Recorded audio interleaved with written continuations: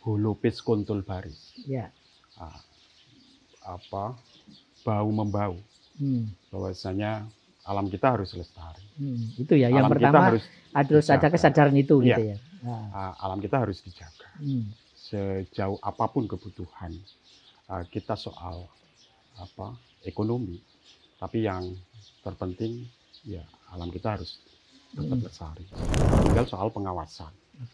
Pengawasan kita terhadap kinerja dinas lingkungan hidup, kemudian dinas terkait soal potensi alam kita. Jangan sampai misalnya tidak hanya pantai, tapi juga harus dicek bagaimana ke hutan lindung kita. Itu kan harus benar-benar dijaga.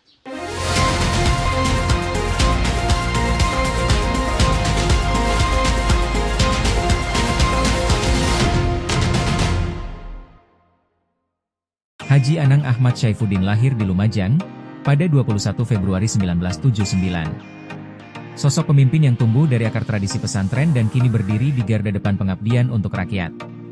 Perjalanan hidupnya dimulai dari dunia pesantren. Ia menimba ilmu di Pondok Pesantren Nurul Jadid, Paiton, kemudian melanjutkan pendidikannya di PPRS Syarifuddin Norjo, hingga akhirnya menempuh pendidikan tinggi di Universitas Islam Negeri Sunan Ampel, Surabaya. Tak hanya menekuni pendidikan, beliau juga aktif dalam dunia pergerakan.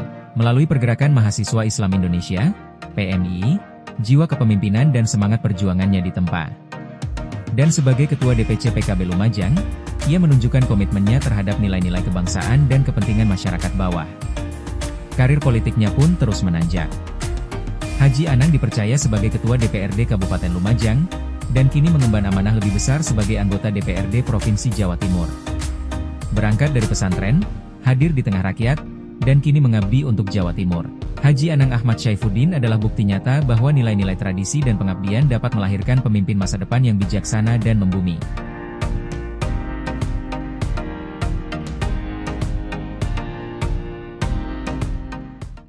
Assalamualaikum warahmatullahi wabarakatuh. Salam sehat dan salam sejahtera untuk kita semua. Kembali dalam acara Gebrakan Wakil Rakyat. Masih bersama saya, Tri Mulyono, pemimpin redaksi Tribun Jatim Network. Kali ini saya berada di Lumajang, salah satu wilayah di timur Provinsi Jawa Timur. Dan bersama kita sudah hadir Bapak Anang Ahmad Syaifuddin, anggota Komisi D DPRD Provinsi Jawa Timur. Assalamualaikum, selamat pagi Pak Anang. Waalaikumsalam warahmatullahi wabarakatuh, Mas Tri. Terima kasih selamat sudah pagi juga hadir di acara Gebrakan Wakil Rakyat. Tribuners, kali ini kita akan ngobrol tentang mangrove, perannya dalam upaya untuk mengurangi abrasi, juga potensi wisata edukasi di wilayah Lumajang dan Jember. Dan yang pertama mungkin kita bisa ingin tahu penjelasan dari Pak Anang yang saya kira memahami betul kondisi di Lumajang dan Jember ini. Sebetulnya kondisi mangrove di pesisir Lumajang Jember seperti apa, Mas Anang? Ya, kondisi mangrove di sepanjang pantai Jember dan Lumajang itu keterjagaannya masih kurang. Jadi kita masih butuh banyak lagi menanam mangrove. Saya mengajak kepada seluruh elemen masyarakat, teman-teman LSM, pecinta lingkungan hidup, dan tentu masyarakat Jember dan Lumajang. Ayo kita rame-rame dan bersama-sama menanami pantai kita dengan mangrove. Karena kita ada pada posisi pantai selatan yang punya ancaman megatrust. Itu kalau lempeng bumi, lempeng ini sudah ketutup misalnya, maka tentu megatrust akan terjadi. Kita ini juga ada banyak sungai yang melalui Jember dan Lumajang, terutama kalau di Lumajang kita punya Semeru yang cukup luar biasa, cukup aktif. Ancamannya juga luar biasa. Nah, saya pikir kesadaran bersama untuk menjaga lingkungan kita, menjaga pantai kita, untuk bersama-sama sadar setiap dari kita untuk menjadikan sepanjang pantai kita itu hutan mangrove. Ya, sebetulnya kita mungkin banyak orang sudah tahu manfaat besarnya mangrove, Mas Anang itu ya. Tapi barangkali bisa dijelaskan sebetulnya apa sih ya manfaat mangrove yang sedemikian besar untuk untuk mengelola lingkungan di pesisir pantai, Mas Anang.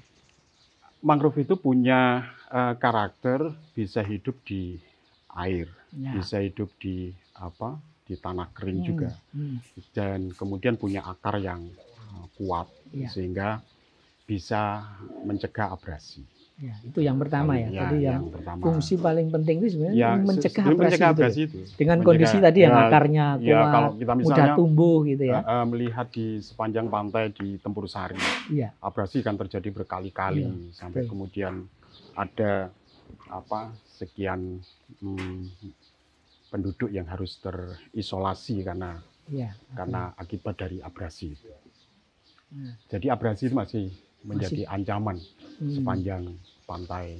Dan sejauh ini mangrove ini yang paling efektif untuk saya pikir itu gitu ya. Itu bagian dari ijtihad gerakan lingkungan kita untuk lebih dari itu, mungkin ini bagian dari jihad penjagaan lingkungan. Jihad lingkungan, Mas Anang ya. Di sepanjang pantai selatan itu ya, ayo rame-rame dan bersama-sama menanam mangrove.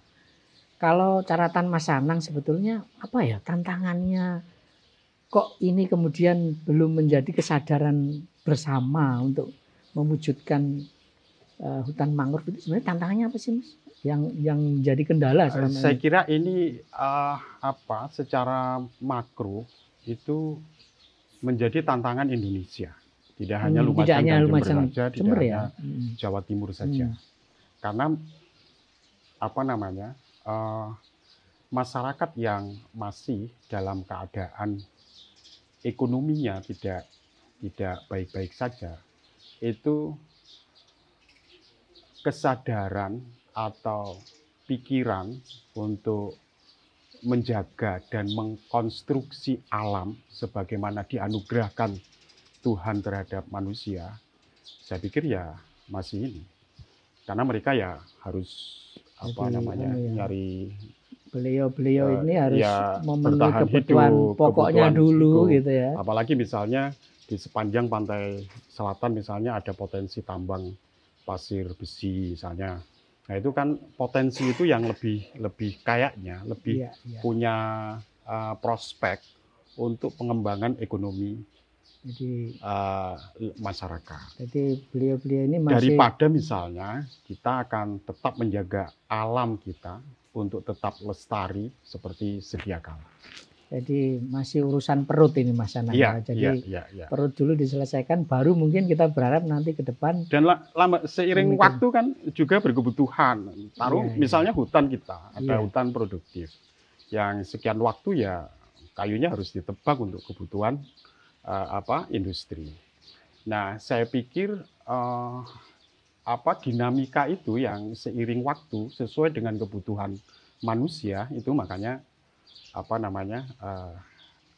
ekologi kita, alam kita, keterjagaannya semakin berkurang. Jadi artinya untuk jangka panjang sustainability ini perlu juga pada akhirnya kalau hanya ngurusi perut toh habis juga ini kalau nggak dirawat gitu kan ya Mas Anang gitu ya.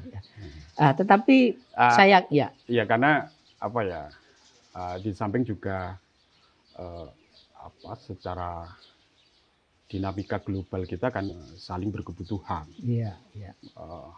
Cina butuh nikel kita, kemudian Eropa butuh minyak kita dan seterusnya. Dan itu pasti akan Singapura butuh pasir kita, ya kan? Pasir kita, gitu kan. Nah itu yang pasti ada pembangunan gedung yang harus membutuhkan eksplorasi pasir yang angkanya berkubik-kubik.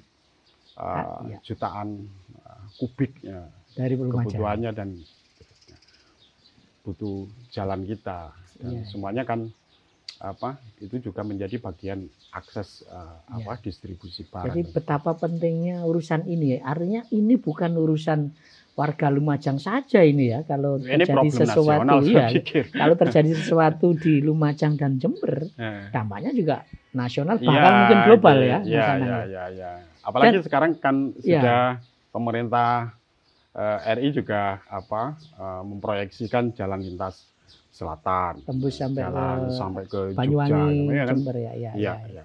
Banyuwangi, Jember Ya. itu terus berprogres. Nah, artinya ayo ini saling dijaga. Betul. Maka di situ menjadikan pantai kita, hutan mangrove itu saya pikir adalah satu keniscayaan. Betul, Mas Anang. Tapi saya yakin juga sudah banyak yang dilakukan masyarakat atau LSM atau bahkan pemerintah ya. Dalam hal ini pihak legislatif ya. Menurut Mas Anang sejauh ini apa saja sih yang sudah dilakukan dalam rangka untuk meningkatkan kesadaran kita pada pentingnya mangrove di pesisir Lumajang dan Jember itu? Kalau soal itu sih sesungguhnya ya solidarity maker. Pemimpin yang mampu menggerakkan kesadaran masyarakat untuk Ya. bersama-sama hulupis kuntul baris. Ya. Bau membau. Bahwasanya alam kita harus lestari. Itu ya yang Alam pertama kita harus ada dijaga. kesadaran itu Iya. gitu ya. Alam kita harus dijaga. Sejauh apapun kebutuhan kita soal ekonomi, tapi yang terpenting ya alam kita harus tetap lestari. Ya. Nah, sejauh ini selain satu membangun kesadaran, barangkali sudah ada inisiatif-inisiatif Mas untuk bergerak lebih maju lagi ya. Setelah membangun kesadaran, apalagi sih yang sudah dilakukan selama ini paling tidak menurut sepengetahuan Mas Anang? Ya, saya ingin mendorong Dinas Lingkungan Hidup untuk ngecek kembali pantai kita se-Jawa Timur. Dan Baik itu itu sudah mulai pantai- dilakukan? Sudah mulai Iya, dilakukan? Baik pantai selatan maupun pantai utara. Ya. Saya pikir itu penting untuk disisir kembali dan dilihat bagaimana keadaan pantai kita. Ya. Tidak soal hutan mangrove saja, ada sekian pantai yang harus dieksplorasi jadi tempat wisata. Oke. Maka kebersihannya harus Ya, juga ya, dijaga. ya. Jangan sampai ada sampah plastik yang itu kalau dibiarkan itu kita sama dengan investasi penyakit terhadap anak cucu kita. Iya. Oke, mungkin nanti kita akan ngobrol lagi juga soal potensi wisata tadi yang sudah disebut Mas Anang. Tapi mungkin yang perlu dieksplorasi lagi, Mas Anang ini kan sekarang jadi wakil rakyat mewakili Dapil Jember Lumajang di Provinsi Jawa Timur ya, Mas Anang. Kira-kira apa sih yang bisa dilakukan DPRD Provinsi Jawa Timur untuk mendorong agar pesisir Lumajang Jember ini kembali lebih bagus lah gitu Mas? Kita mengoptimalkan fungsi kita. Pertama tentu peraturan daerah soal lingkungan sudah diproduksi. Oke, di provinsi, di provinsi maupun di kabupaten kota. Ya. Kemudian tinggal soal pengawasan. Oke. Pengawasan kita terhadap kinerja Dinas Lingkungan Hidup. Ya. Kemudian dinas terkait soal potensi alam kita. Jangan sampai misalnya tidak hanya pantai, tapi juga harus dicek bagaimana ke hutan lindung kita. Itu kan harus benar-benar dijaga. Ya. Harus benar-benar dijaga. Jangan sampai hanya untuk satu kebutuhan tertentu misalnya harus gundul dan harus ditanami dengan tanaman-tanaman produktif yang lainnya. Nah itu harus benar-benar dijaga. Kemudian tentu soal budgeting. Kadang saya melihat baik itu pada proses penganggaran di APBN maupun APBD se-Indonesia. Kayaknya tidak begitu Jadi teranggarkan ya, dengan baik soal political anggarannya ini juga perlu didorong ya. Ya, kita Ya, kan ya. bisa cek bagaimana APBN menganggarkan untuk keterjagaan lingkungan Ya, hidup misalnya kita. pendidikan minimal Ya. 20%, harusnya lingkungan ini juga harus Nah, semangat untuk itu, harus ya minimal semangatnya berapa itu. persen gitu ya. Malah ketahanan pangan yang harus mengorbankan sekian juta hektar Ya. hutan kita Ya, ya, untuk nanam jagung, untuk nanam padi dan seterusnya. Padahal kalau kita mengoptimalkan lahan Ya. pertanian yang ada, nah, tinggal ya saya pikir juga akan luar biasa. Tinggal bagaimana menekan harga pupuk ya, ya. tidak tinggi, kemudian ketersediaan pupuk bisa diakses oleh para petani. Saya pikir mengoptimalisasi itu untuk ketahanan pangan kita Ya, tanpa harus sudah mengorbankan cukup lingkungan tipis, ya. tanpa harus mengorbankan. Jadi memang ini ada lingkungan dua kita. PR besar kita ya. Satu memang menanam itu. Tadi misalnya menanam mangrove gitu ya. Menanam gitu. Tapi PR yang kedua yang adalah lebih penting lagi melindungi. kesadaran domestik, Mas. Oke. Kesadaran domestik mengajarkan ke anak-anak kita tentang lingkungan. Itu saya kira poin ketiga ya yang harus kita lakukan, Mas ya. Betul.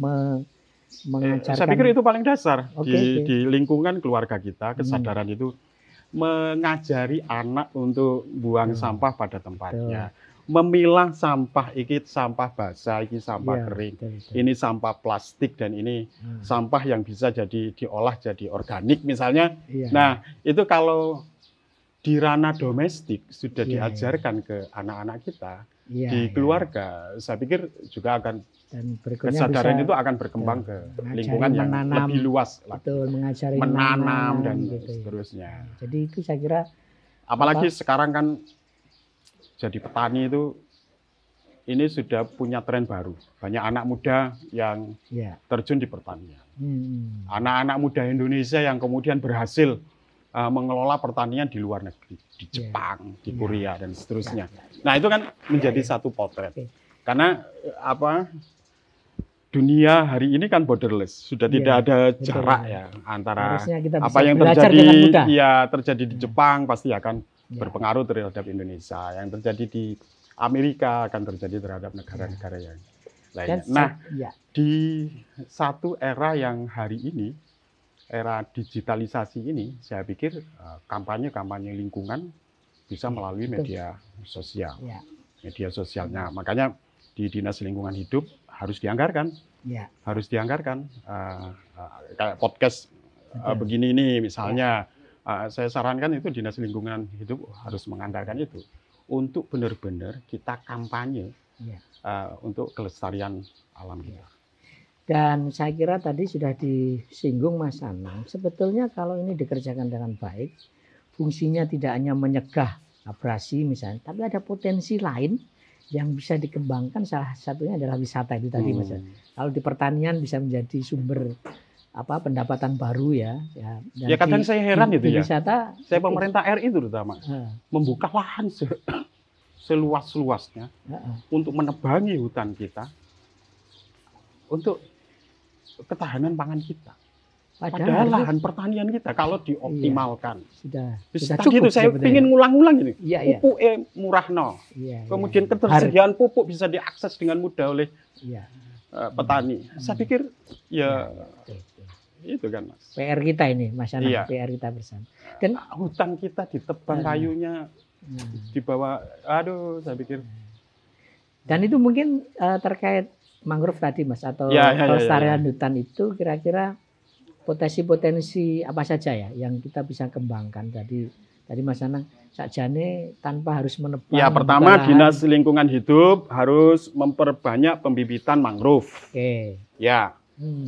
Pembibitan mangrove dan itu kita bersama-sama akan perjuangkan soal anggarannya. Soal anggarannya karena itu juga menjadi bagian dari DPR. Bibit mangrove sebanyak-banyaknya dan kemudian tanam di sepanjang pantai di Jawa Timur. Saya pikir itu. Kalau kita menunggu ini saya pikir prosesnya juga akan lama Mas.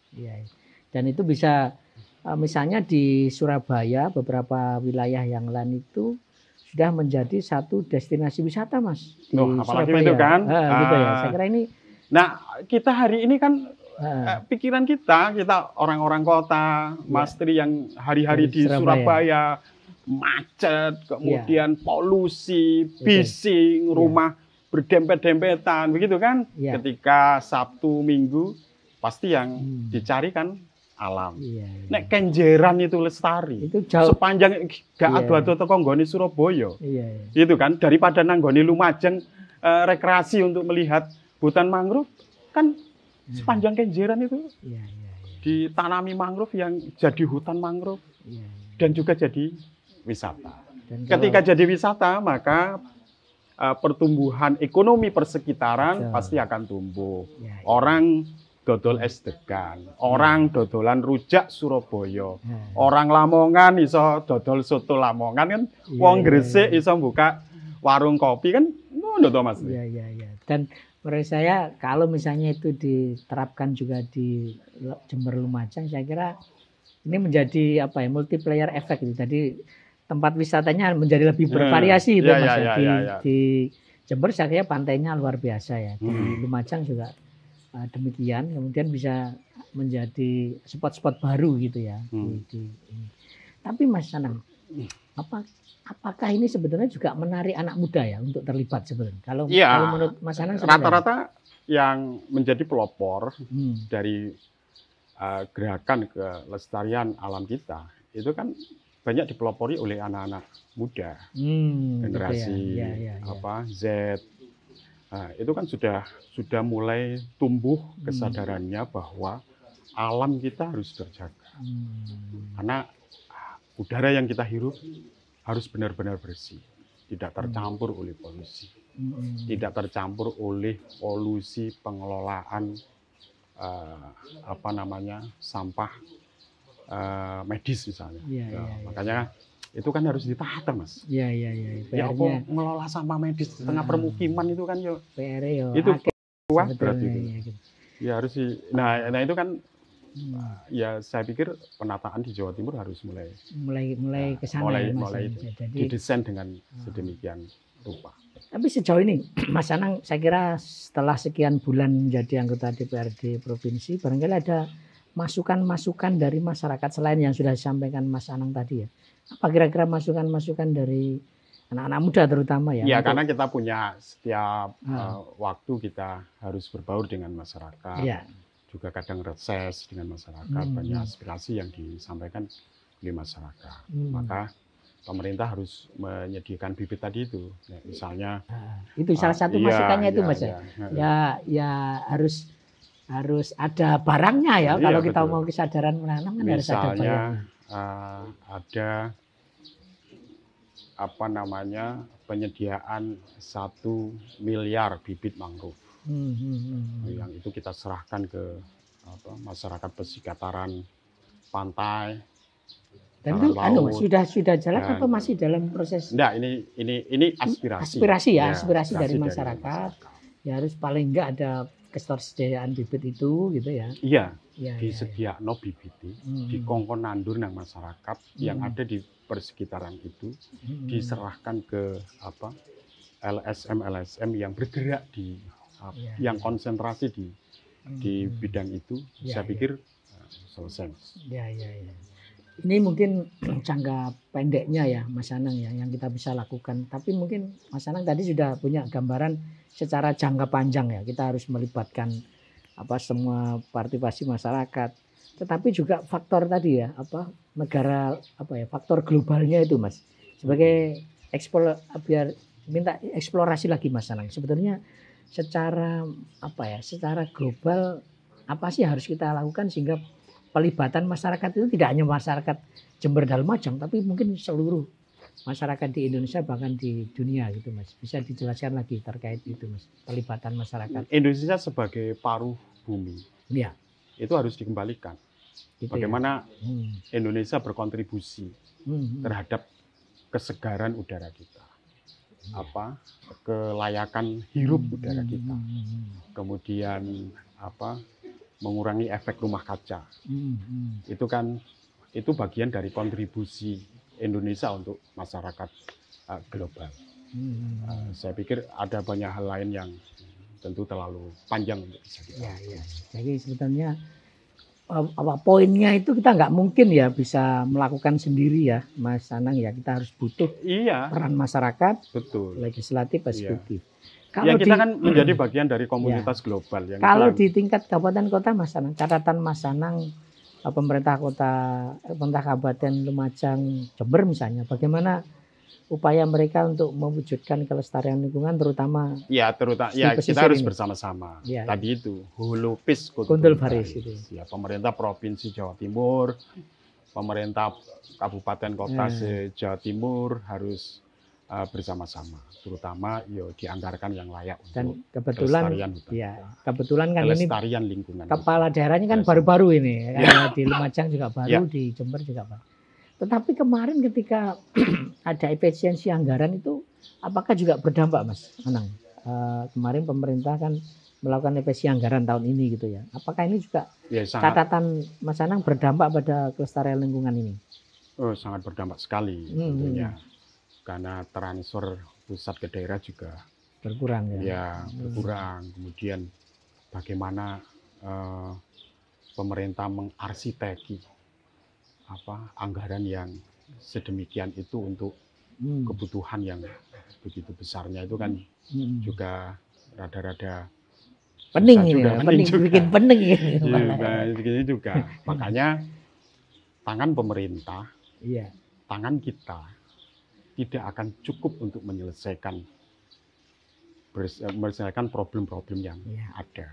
Maka tentu pemimpin yang punya karakter solidarity maker, mampu menggerakkan kesadaran, partisipasi publik yang seluas-luasnya, itu yang kuncinya itu yang sangat-sangat dibutuhkan.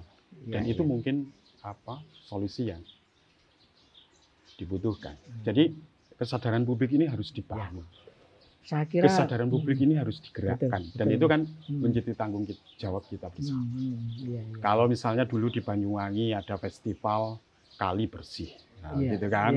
Nah itu kalau misalnya apa susahnya sih kita niru festival pantai bersih atau pantai hijau, pantai bersih. Gitu ya, Mas. Jadi mereka kabupaten kota yang bisa menjaga pantainya itu bisa dapat reward dari pemerintah provinsi misalnya, anggarannya ditambah dan seterusnya dan seterusnya. Nah, gerakan-gerakan itu dan pikiran-pikiran seperti itu atau kebijakan yang seperti itu penting dilakukan oleh pemimpin-pemimpin kita. Ya, dan ketika itu sudah menjadi trust itu ya, memunculkan trust, sebetulnya pihak swasta misalnya perusahaan-perusahaan itu akan dengan senang hati mengalirkan CSR-nya untuk program-program itu sebetulnya gitu. Jadi kuncinya kan itu. Mendorong mereka untuk percaya bahwa ini menjadi gerakan bersama, kemudian mereka terlibat di dalamnya. Nah mungkin yang terakhir catatan Mas Anang terkait keterlibatan pihak swasta. Kalau kesadaran publik sudah terbangun, pasti itu kan menjadi nilai. Betul. Menjadi nilai-nilai di lingkungan kita. Di tengah-tengah masyarakat kita. Taruh misalnya, nek memotong pohon di tepi pantai, itu satu dosa yang sangat besar. Nah, ini sudah menjadi kesadaran bersama. Buang sampah, misalnya sembarangan, itu akan menjadi dosa besar. Atau misalnya kita rokokan di ruang yang di ruang publik misalnya, puntung rokok dibuang sembarangan. Nah, itu kan juga akan jadi najis mughaladoh kalau itu sudah terbangun satu kesadaran bersama. Nah, solidarity maker itu saya pikir menjadi salah satu kata kunci untuk paradigma pembangunan lingkungan di Jawa terutama Timur. Khususnya di Lumajang dan Jember. Baik Tribuners dan pemirsa harian Surya dimanapun berada, solidarity maker itu tadi yang digaungkan oleh Mas Anang, anggota Komisi D DPRD Provinsi Jawa Timur untuk mewujudkan kelestarian lingkungan di pesisir Jember Lumajang ya. Yang salah satu inisiatif yang ingin digagas oleh Mas Anang adalah menumbuhkan peran hutan mangrove di sepanjang pantai penyediaan Lumajang Jember. Tetapi tidak hanya itu, Mas Anang tadi menegaskan bahwa kita harus membangun kesadaran lingkungan sehingga kesadaran lingkungan itu menjadi menjadi pemikiran semua masyarakat terutama di kalangan anak muda. Ya. Baik Mas Anang, mungkin ada closing statement dalam rangka kita bersama-sama untuk melestarikan lingkungan khususnya di wilayah pesisir Lumajang dan Jember. Silakan Mas Anang. Lingkungan kita akan tetap lestari karena saya lahir dari rahim pesantren. Saya sebagai seorang santri, saya melihat dari perspektif santri. Maka tentu kita semua stakeholder, masyarakat secara luas harus memegang 3 komitmen. Komitmen yang pertama adalah al-muhafadzatu 'alal qadimis sholeh, melestarikan tradisi lama yang baik. Kemudian komitmen yang kedua adalah al-akhdhu bil jadidil aslah. Sehebat apapun kebutuhan pembangunan kita, tapi jangan lupa alam, lingkungan kita harus tetap terjaga dan lestari. Kemudian komitmen yang ketiga adalah al-ijad ila mahwal aslah, summal aslah, fal aslah. Continuous improvement. Saya pikir kalau 3 komitmen ini saling kita jaga, saling menjadi paradigma kita bersama, maka Jawa Timur alamnya akan tetap lestari.